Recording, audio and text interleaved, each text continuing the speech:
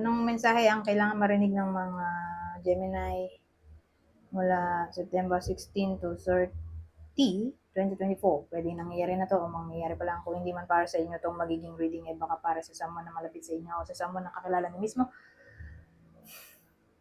Baka may lumabas na gender mamaya. Gawin nyo lang energy, masculine at feminine energy. Pwede rin naman na huwag nyo nang pansinin yung gender. Hindi ko alam kung anong lalabas, kung positive ba o negative ang magiging reading. Depende sa kung anong mag-pick up kong energy mamaya. Marami akong gagamiting deck. Okay? So, i-adjust nyo na lang yung deck. Depende sa kung anong mag-fit sa inyo. Okay? So, kung di mag-fit sa inyo isang deck, edi adjust nyo. Pumunta kayo sa deck number 2 hanggang sa makarating kayo sa deck na mag-resonate sa inyo. Pero mabilis lang naman to dahil one spread lang. Anyways, simula na tayo.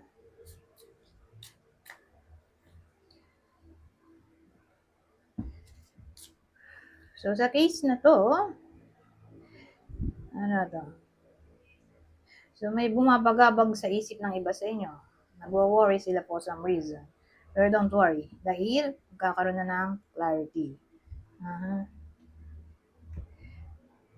O, solution, answer, ganyan.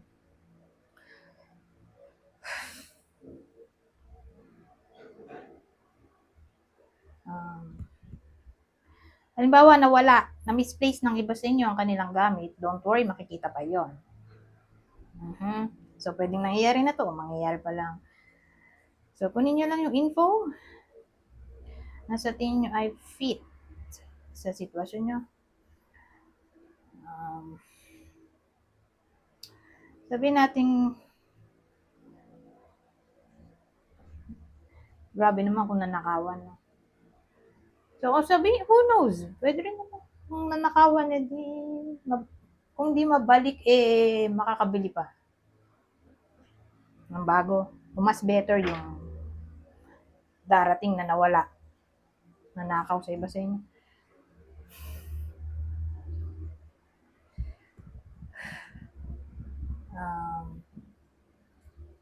Sabihin natin,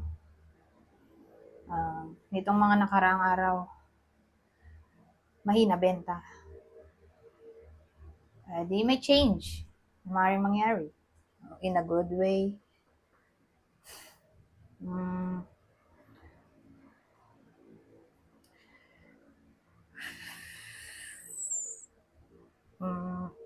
Ano may isip eh. Sa ganda kung punta na tayo dito. Ano pa kaya masasabi nito? Dito kasi yung lugar ng tarot. Pag may hindi ako maintindihan, saka ako gagamitin. Kaya walang nakalagay dito. Ha?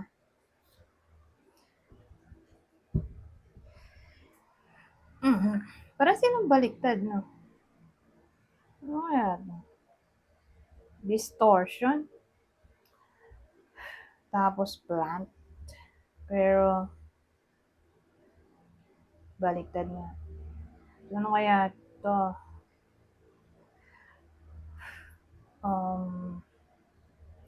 Kasi, parang yung kanina, nag-worry yung iba sa inyo, siguro confusion to. Dahil, personality to eh. Kaya lang, grabe yung personality, nabasag-basag na. Multiple disorder na yata. Ano yun? Multiple personality disorder.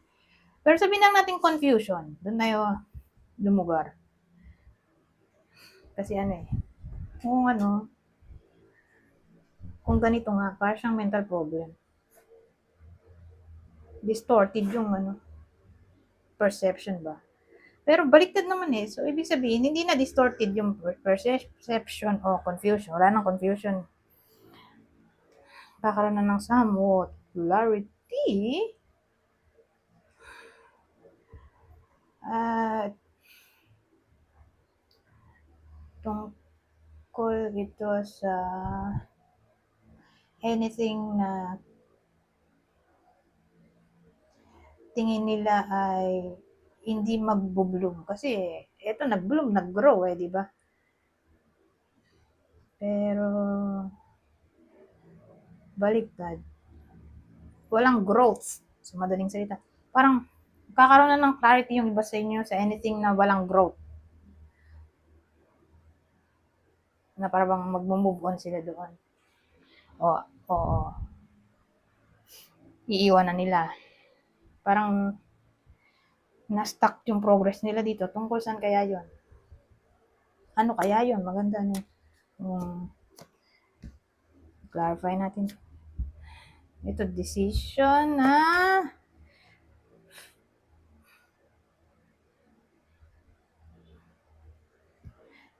ano yun? At tungkol to sa ano? Parang nilalakad ng iba sa inyo.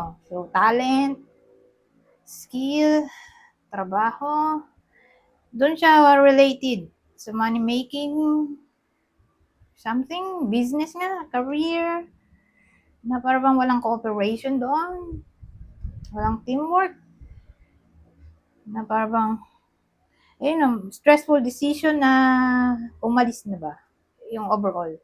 Umalis sa sitwasyon na walang growth sa learning, walang teamwork, walang brainstorming, walang cooperation.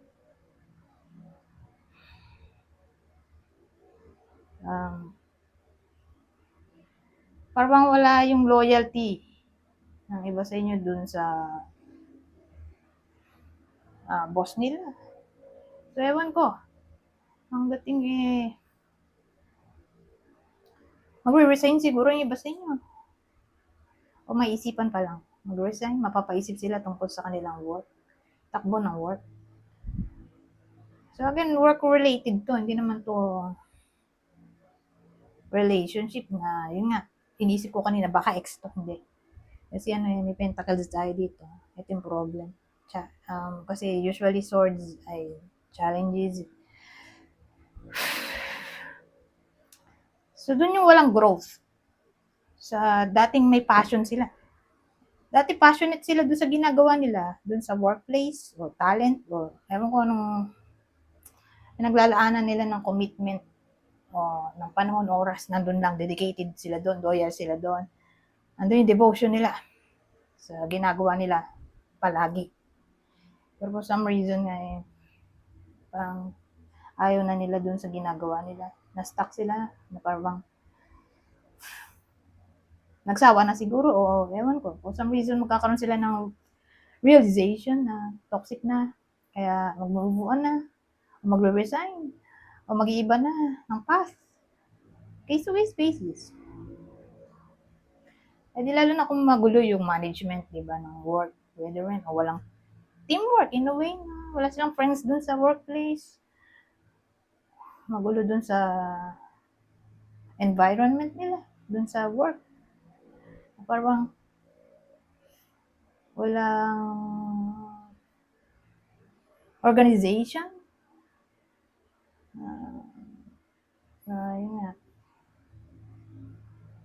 May chaos na siya. Parang gano'n. Well, anyways, ano pa bang bubunot natin dito? Sa playing card.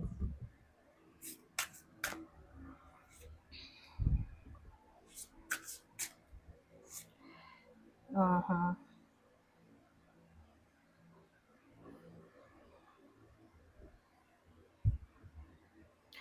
kaya ito?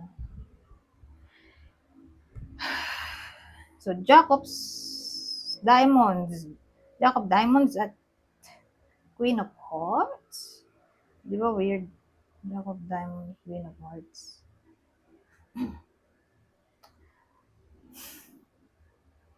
So, case to case kung sino kayo dito.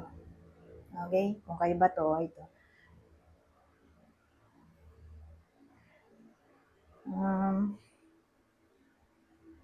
Siguro ang gawin na lang natin bida kasi pares silang tao. Ito ang bida.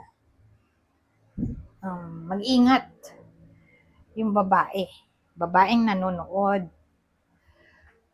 Kung sila ay maputi. Okay? Kung morena, hindi to para sa inyo. Basta maputi yung tao. Siguro may kulay ang buhok. O pwede rin sa morena, pero may kulay buhok niya.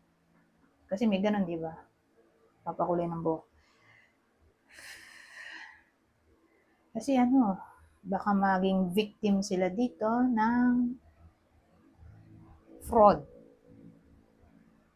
Kasi may someone dito, hindi ko lang kung anong gender, pero someone na young sa iba sa inyo. Tapos, magpapromise siya naman kung ano-ano. Tapos, di niya tutuparin o baka mapahamak kayo kasi papersuade kayo ng taong to sa something na hindi nyo alam toxic pala. So, baka mas kami yung iba sa inyo. Ganon. So, sa madaling salita, may someone na dishonest. Makaka-encounter yung babae na maputi o morena pero may kulay buhok ng dishonest na person. At yung dishonest na person ay mas bata sa kanila. So, mag-ingat sila. Para sure, sa week na to, dahil nga, mali din lang sila for some reason. So, dito sa case na to,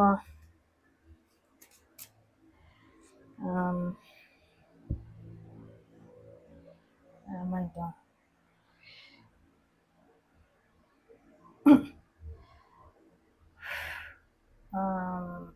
Medyo weird yung combination.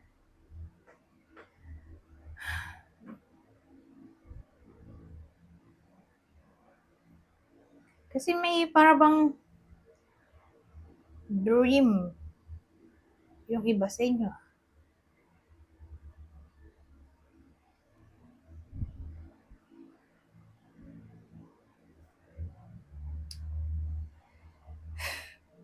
Pero for some reason, hindi siya mangyayari.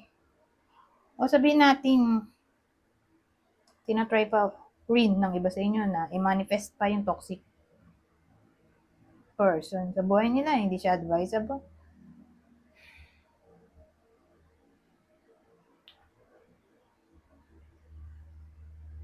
Ewan ko kung anong minamanifest ng iba sa inyo, pero toxic siya eh.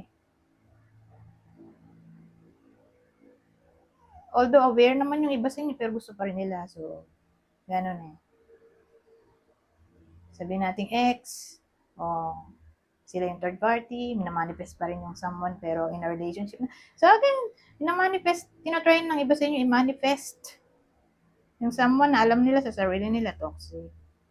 Na parang hindi siya advisable. O else, mapapahamak lang sila dito. Yun nga, kailangan nilang mag-stop o stop na.